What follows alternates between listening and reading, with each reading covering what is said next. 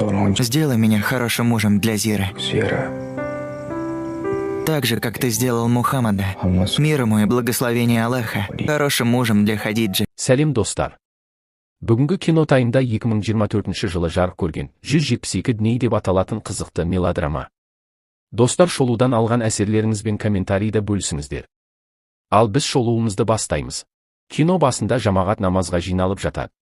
Бұл жерде Әмір деген басты кейіпкер имам еді, ал енді басқа жақта Зира деген қызды көрсетеді. Өзінің құрбысымен дискотекада жүреді.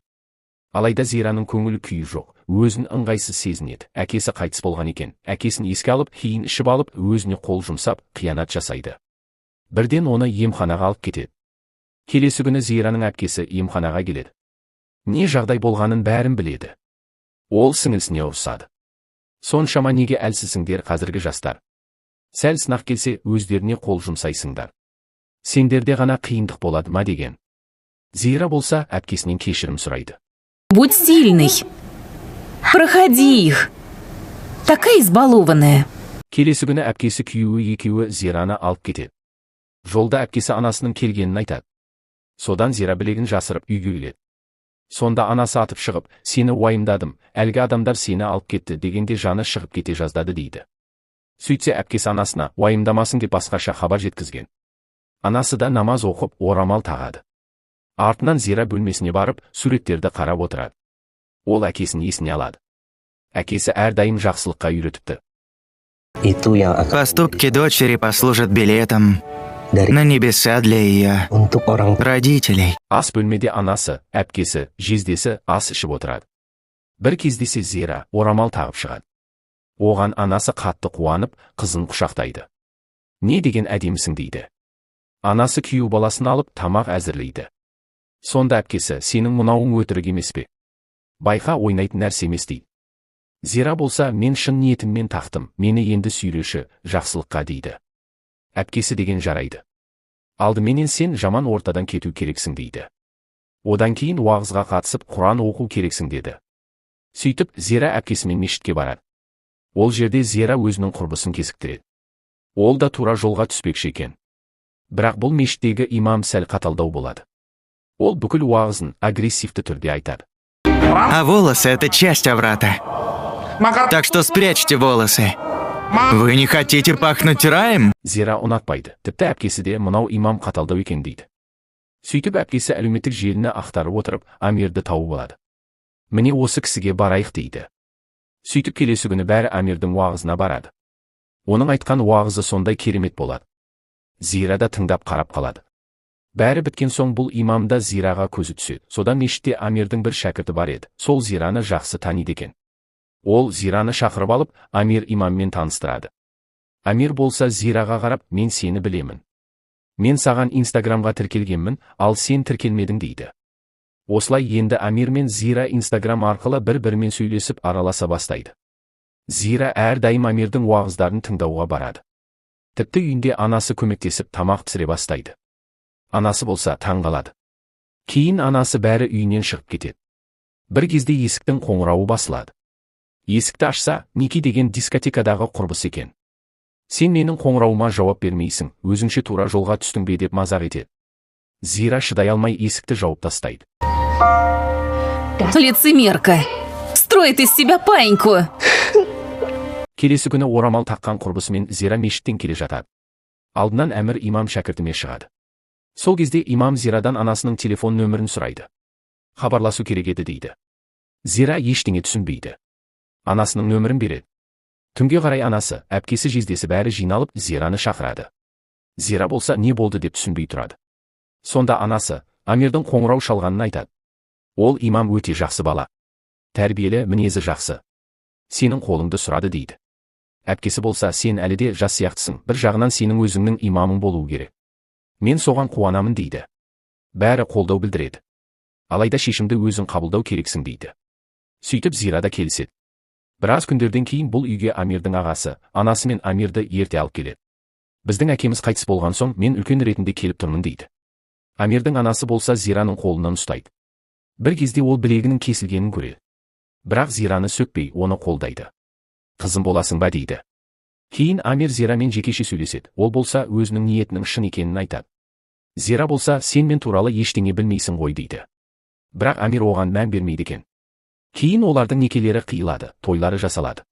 Екі жақтың жақындары да мәз болады. Неке кітапшыларын алады. Түнге қарай Амир Зираның бөлмесіне кіреді. Біздің өзіміздің үйіміз бар. Жүр, барайық дейді. Зира болса, кейін барсам бола ма? Аяғым ауырып тұр дейді. Сонда Амир оны арқасына салып үйіне жеткізеді. Солай өздерінің үйлеріне жетеді. Алғашқы түнде Зира дұрыс демала алмай қиналады. Амир болса, дұға оқы деп айтқызады. Я ищу прощения у Аллаха, самого великого. Дыши. Я ищу прощения у Аллаха, самого великого. Сөйтіп Зира дұға оқып тынышталады. Одан кейін кешірім сұрайды. Оған Амир ештеңе етпейді, басқа да күндер бар ғой дейді. Түнде Амир тахаджуд намазын оқымақшы болып, Зираны оятады. Бірақ Зира қатты шаршағанын айтады. Амир өзі жалғыз намаз оқиды. Сделай меня хорошим мужем для Зиры. Так же, как ты сделал Мухаммада. Келесі күні олар мешітке бірге барады. Әмір уағыз айтып жатқанда Зира қарап сүйсініп отырады. Кейін Әмір өзінің шағын бизнесін әйеліне көрсетеді. Өзі бал сатумен айналысады екен. Арада олар отбасылы өмірге үйрене бастайды. Кейін сауда үйінде жүргенде тағы да Зираның құрбысы Ники кездеседі. Сен менің қоңырауыма мүлдем жауап бермейсің ғой дейді. Ол Амирге қарап, имам, сіз бұл қыздың бұрынғы кезін сұрасыңызшы деп қалады. Кейін жолда көлікте кетіп жатқанда Зира айта бастайды. Кезінде мені исламды жек көрдім. Бәріміз медреседе оқыдық. Никиде болды. Бір қыз ұрлық жасаған еді. Мен оны дұрыс емес деп едім. Артынан маған жала жабылады дейді. Осы сәтте мен мұсылмандық осыма дегендей қатты күйзеліске түстім. Мен бәрін тастадым. Қасымда қолдау көрсеткен осы Ники еді дейді.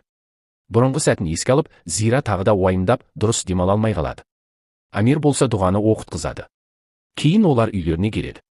Сол кезде Амир Зираны көтеріп алып, төсектерін жатқызады. Амир болса кетпекші еді, оны Зира тоқтатады. Келесі күні Зира әпкесі құрбысымен жаттығуда жүреді. Бірақ енді Амирде керемет спорт адамы екен. Зир, твой муж священник или атлет? Он хорош. Артынан Зира Амирге өзінің жүкті екенін көрсетеді. Амир қатты қуанады. Олар дәрігерге қаралуға барады. Сонда дәрігер Зираға көп уайымдамасын деп кеңес айтады. Олар шыққанда Амир Зираға әзірше ешкімге айтпай қоя тұрайықшы, кейін айтамыз дейді. Олар өздерінше отбасы болып тойлайды. Келесі күні Амир жұмысында жүргенде оған Зира қоңырау шалады. Ішім бір түрлі ауырып тұр, келе аласың ба дейді. Амир жетіп келеді. Бірден емханаға барады. Қуаныштары өкінішке орай көпке созылмады. Зира баласын жоғалтып алыпты. Қатты қайғырады. Ол жалғыз төсекте жатады.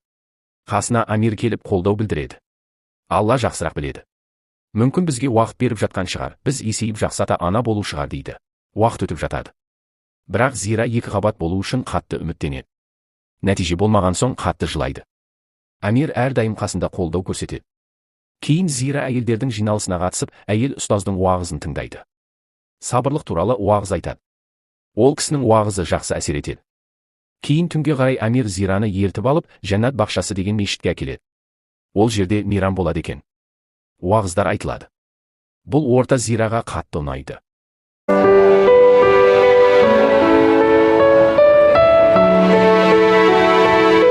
Осы кештен шыққан соң Зира жақсы көңіл күйде болады. Ол жер маған ұнады, әрдайым келіп тұрайықшы дейді. Амир болса жақсы дейді. Түнге қарай Зира Амирді тахаджуд намазына оятады. Екеуі намаз оқып дұға етеді. Помоги мне стать хорошей женой для моего Амира. Так же, как Хадиджа была верной и примерной супругой для Мухаммеда. Сөйтіп отбасыларында бәрі жақсы бола бастайды. Зира өз-өзіне келіп, сабырлық таныта бастайды. Содан бір күні оларды әйел ұстаз сұхбатқа шақырады. Екеуі сол сұхбатқа барады. Әлгі әйел ұстаз Зираға қарап, сіз 4 әйел алуға қалай қарайсыз дейді. Зира болса, енді бұл рұқсат етілген нәрсе ғой, мен қарсы шыға алмаймын, алайда менің күйеуім ондайды жасамайтын шығар дейді. Олар үйге қайтып бара жатқанда Амир көп әйел алмайтынын айтады. Сені ренжіткім келмейді дейді. Түнде Амир әйеліне қарап мейірленіп жатады. Артынан олар кино көруге барады. Содан шығып бара жатса бүкіл адамдар бір жаққа жүгіріп бара жатыр. Сөйтсе Ники секірейін деп тұр екен. Қасына Зира келіп оны тыныштандырады. Ники болса жүкті болып қалған. Ал жігіті мойнына алғысы келмейді екен. Ал Зира болса оған дағуат айтып кетеді. Көп адамдар баланы аңсауда, соның қатарында мен де бармын, ал сен болсаң Нығметті өлтірмекшісің бе дейді. Ақыры Ники көніп, ол түседі. Зира оны құшақтайды. Кейін артынан Амир Зираға жаңа үйін көрсетеді. Осы үйді сала бастаймыз дейді. Зира қатты қуанады. Бір түні Амир қатты жөтеле бастайды. Зира шошып кетеді. Сөйтіп осыдан бастап Амир емханаға жатады. Зира күнде келіп қолдау көрсетеді. Екеуі бірге намаз оқиды. Зира әрдайым Амир үшін дұға жасайды. Бір уақытта Амирдің жағдайы жақсарғандай болады. Әйелімен қыдырады. Тіпті Зираның анасының үйіне қонаққа барады. Олар бәрі бірігіп судың жағасына демалысқа барады. Сөйтіп бәрі жақсы болды ма деп ойлайды. У тебя все штаны мокрые. Иди сюда. Амир болса Зирамен ойнап жүріп тағы да ауырсынады. Әйелі оны емханаға апарады. Амир емханада жатыр. Зира күнделікті келіп тұрады.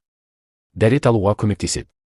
Амир әйеліне қарап, сен әрдайым осында боласың, үйге барып демалшы деп, әйелін әзер көндіреді.